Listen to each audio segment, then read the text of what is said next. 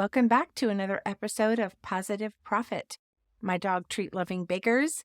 I'm so glad that I have this audience to speak to, and so many of you listen to me time and time again or watch me on YouTube.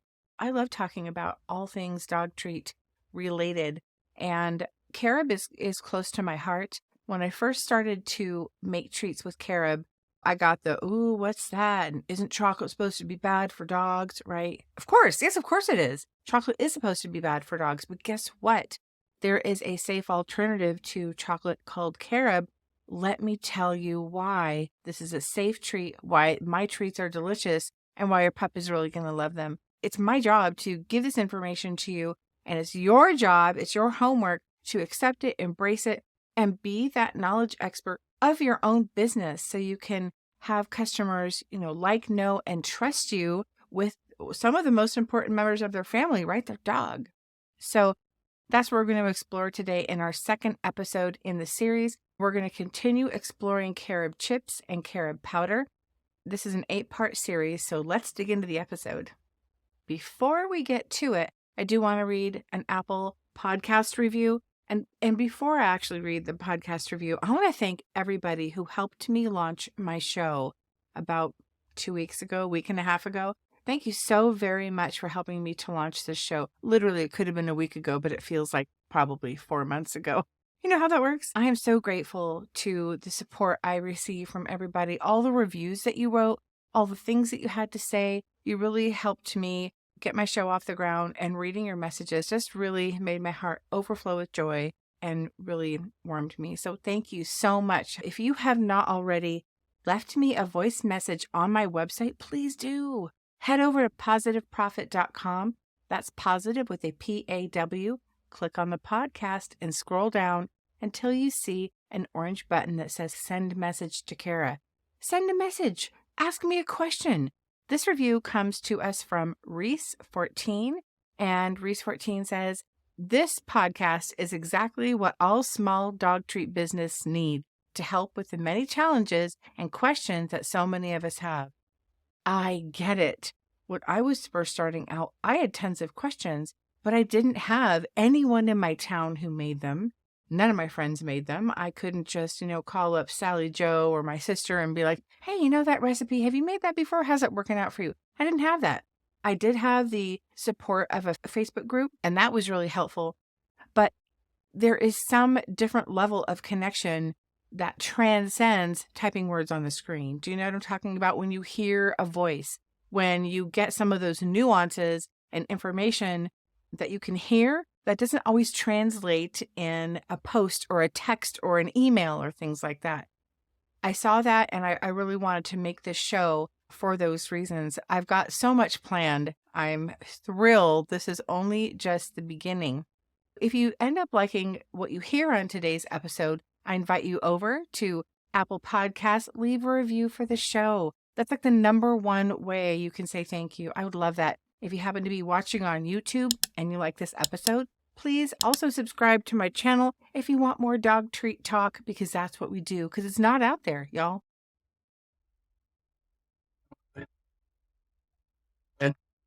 Part 2 of our Carob for Dogs series, Chocolate and Dogs. It's a conundrum that's often warned against, and we're going to explore the dangers of chocolate consumption for our furry friends and why pet owners and bakers are seeking safer alternatives. Is carob the hero that we need in the world of dog-friendly treats, or are there hidden risks that we should be aware of? This podcast episode is going to explore that, and then in the rest of our series, we'll just tie everything together. First, let's talk about chocolate's toxic components. What are the parts of chocolate that are bad? First of all, the name is delicious. I hear the name and go, oh my God, I love it, right? But there's something more in the name that's actually harmful to dogs. So first and foremost, let's understand why chocolate is a no-go for our canine friends. Chocolate contains theobromine and caffeine. Both are stimulants that fall under the methylxanthine class. While we humans can metabolize those substances, dogs process them much more slowly, and it leads up to potential toxicity, okay? So that's what you should know. Chocolate contains theobromine and caffeine, and they are both stimulants that are potentially toxic to dogs. What are the toxicity levels and symptoms? Friend, it's not good.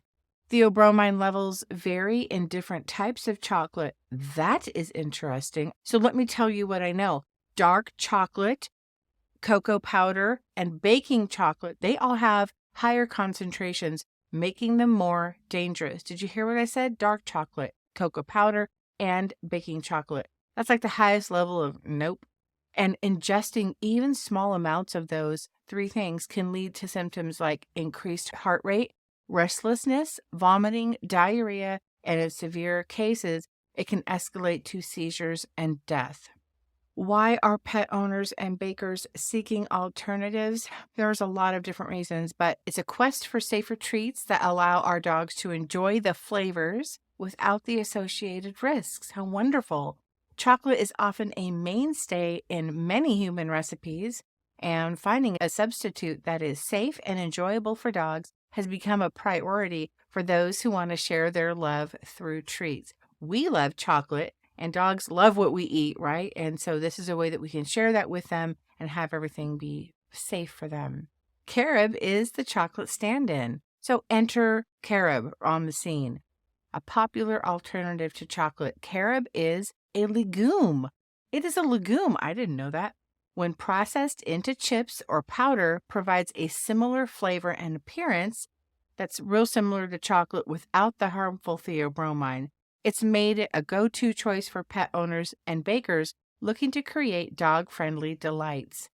Bakers face the challenge of creating treats that are not only safe, but also palatable to our canine friends. You know what I'm talking about if you already have a dog treat bakery. There's what looks good and what tastes good. And we use dogs as our taste testers, or sometimes our husband and grandkids, depending, but everything I use is from my kitchen. It's not gonna hurt anyone. Carob offers a delicate balance, and it mimics the chocolatey goodness, which is so true, without posing the same health risks. Beyond the health considerations, there's also an emotional component to chocolate. You know what I'm talking about. Our pets are part of the family, and sharing moments and treats with them is a way to express love. We all want to spoil our little furry friends.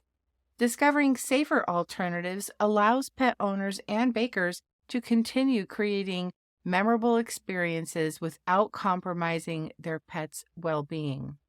Carob is a way to do that. Think of all the warm fuzzies you get when you have chocolate. And we want our pets to have warm fuzzies too. They don't know the difference, but we know that we're treating them. This is a shorter episode. I wanted to make sure you had these nuggets of information as part of our carob series without making it go too long. Just quick little nuggets, pop your earbuds in, watch me real quick on YouTube just to get this information. I'm coming out with another episode, in a couple days, so we'll have more. This wraps up our exploration of carob for dogs, the safe alternative to deadly chocolate. It's clear that while chocolate is a treat for us, it is a potential hazard for our canine companions.